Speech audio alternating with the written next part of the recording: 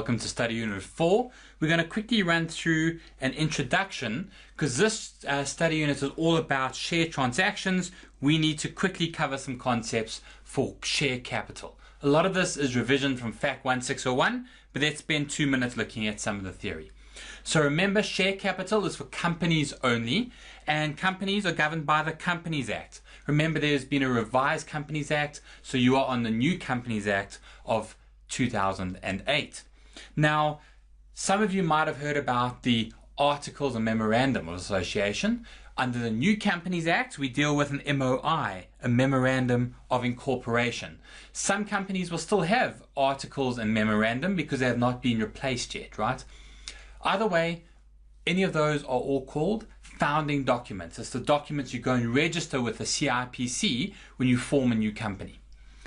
Now, what I need you to understand is that the MOI, or previously the Memorandum and Articles, would tell the users or the members of the company sometimes what are the total number of authorized shares. That doesn't mean how many shares are actually issued.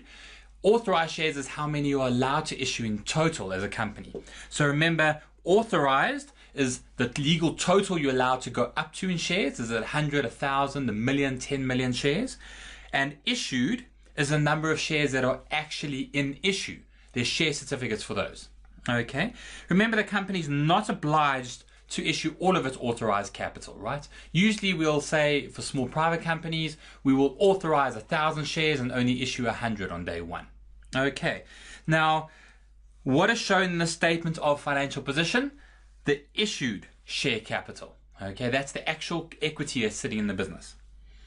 You still need to disclose how many are the total authorized shares that could be issued. You put that in the notes, please, not in the actual statement of financial position. Remember, under the new Companies Act, there's no more par or nominal value shares, so there's no such thing as share premium under the new MOIs anymore, right? All shares are not for par value. Great, guys. Basic theory should all just be a refresher of FAC 1601.